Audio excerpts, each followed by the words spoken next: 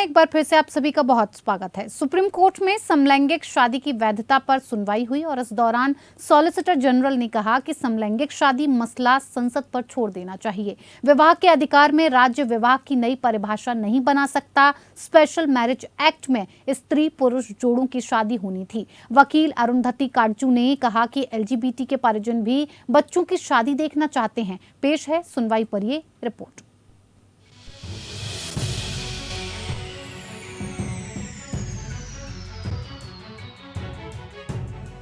समलैंगिक जोड़ों को शादी की मान्यता देने की मांग के मामले पर केंद्र सरकार की ओर से सुप्रीम कोर्ट ने तुषार मेहता ने दलील दी।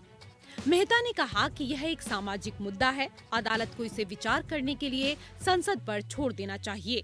उन्होंने कहा, याचिकाकर्ताओं को विवाह के लिए सामाजिक मान्यता चाहिए, यह प्रमुख मुद्दा है। उन्होंने कहा कि 160 प्रावधान है जिसके आधार पर यह कहा जा सकता है कि उनको विवाह की मान्यता नहीं दी जा सकती। मेहता ने कहा कि इससे पहले एक बहस होनी चाहिए, विभिन्न हितधारकों से परामर्श किया जाना चाहिए, राष्ट्रीय दृष्टिकोण विशेषज्ञों को ध्यान में रखा जाना चाहिए और विभिन्न कानूनों पर प्रभाव पर भी विचार किया जाना चाहिए। भारतीय कानूनों और पर्सनल लॉ में विवाह की विधायी समझ केवल एक जैविक पुरुष और जैविक महिला के बीच विवाह को संदर्भित करती है। मेहता ने कहा कि सभी कानून पारंपरिक पुरुष और महिला पर विचार करते हैं। कोई भी मूल्य निर्णयों पर नहीं बैठा है और कलंक नहीं है। संसद यौन पसंद, स्वायत्तता पसंद और गोपनीयता के अधिकार को स्वीकार कर रही है। The real question is, who would take a call as to what constitute marriage between a particular class of people?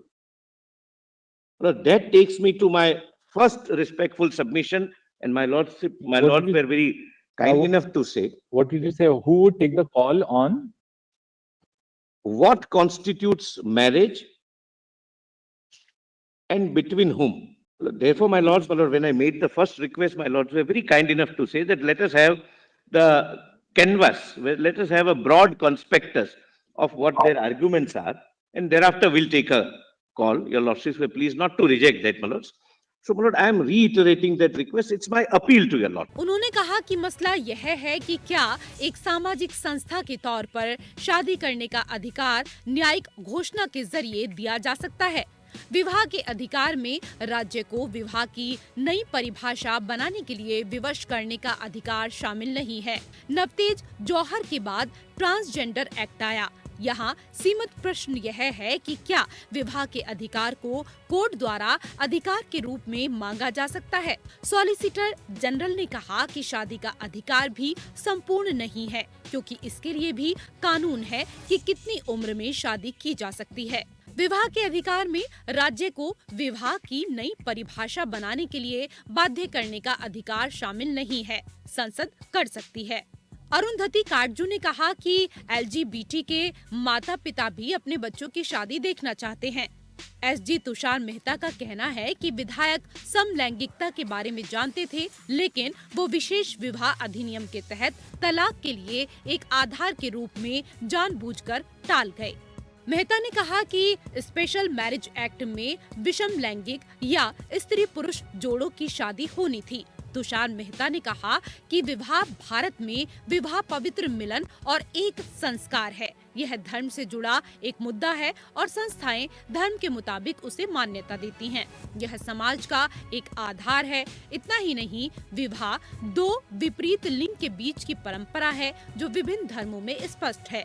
समलैंगिक जोड़ों को कानूनी मान्यता देना एक ऐसा मुद्दा है जिस पर अदालत को नहीं बल्कि संसद को विचार करना चाहिए। Bureau report.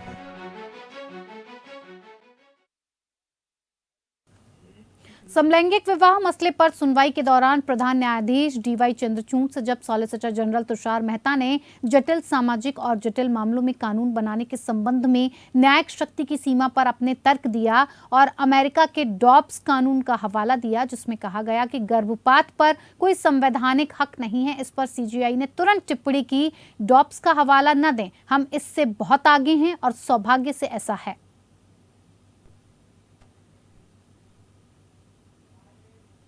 Let's credit ourselves that, we are far ahead of our times than many of the Western countries in their Lord, I am never a fan of citing foreign judgments.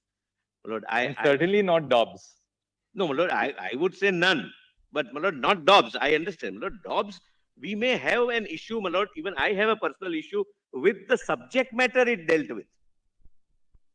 We are not concerned, Lord, with the subject matter Dobbs dealt with. Abortion is a right of autonomy of a woman. I'm not on that question at all. It's our I'm law. on the principle which it For laid down. instance, our law granted only to a married woman the right to obtain an abortion between 20 and 24 weeks. We dealt with that restriction. When Medical an unmarried pregnancy. woman came before us and said, well, I must assert an equal right to an abortion. And we upheld that right, saying, I'm at the cost of we have gone repetition. far beyond. I mean, much of the recent jurisprudence, on Dobbs and the overruling of Roe versus I am at the There's cost much of to be said on repetition. this jurisprudence, actually. At the cost of repetition, I say Dobbs is not relied upon for what it decides on the facts of that case.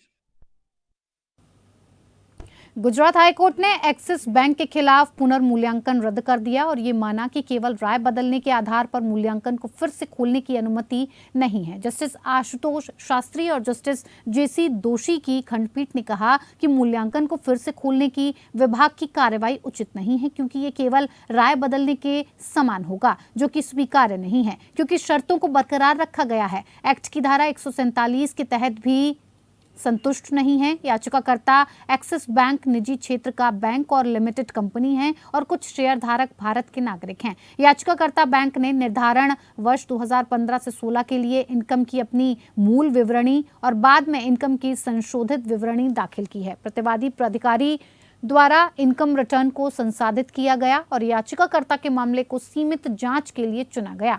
निर्धारण अधिकारी ने याचिकाकर्ता के bank को सूचित किया कि याचिकाकर्ता के मामले को सीमित जांच से पूर्ण जांच में बदल दिया गया। याचिकाकर्ता को तब एक्ट की धारा 148 के तहत नोटिस दिया गया, जिसमें याचिकाकर्ता को निर्धारण वर्ष 2015 और 16 के लिए इनकम टैक्स रिटर्न दाखिल करने के लिए कहा गया। याचिकाकर्ता ने एक्ट की धारा 148 के तहत नोटिस के अनुपालन में आय की वापसी प्रस्तुत की है। याचिकाकर्ता ने बिना किसी पूर्वाग्रह के एक्ट की धारा 148 के तहत इनकम रिटर्न प्रस्तुत किया। मूल्यांकन को फिर से खोलने के लिए रिकॉर्ड किए गए कारणों के लिए इनकम रिटर्न की मांग की गई। याचिकाकर्ता ने तर्क दिया कि कार्रवाई कानून की नजर में टिकाऊ नहीं है, क्योंकि मूल्यांकन की कार्यवाही का हिस्सा बनने और प्राधिकरण के पास उपलब्ध होने से अलग कोई ताजा ठोस सामग्री नहीं है। चूंकि नोटिस जारी करना 4 वर्ष की अवधि में अधिक है, नई ठोस सामग्री के अभाव में कार्रवाई की अनुमति नहीं है। अदालत ने नोटिस के साथ साथ एक्सिस बैंक के खिलाफ आदेश रद्द कर दिया और याचिका स्वीकार कर ली।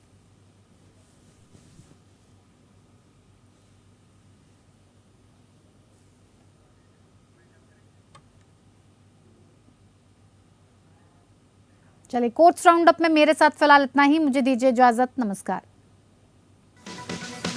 India Legal presents Courts Roundup.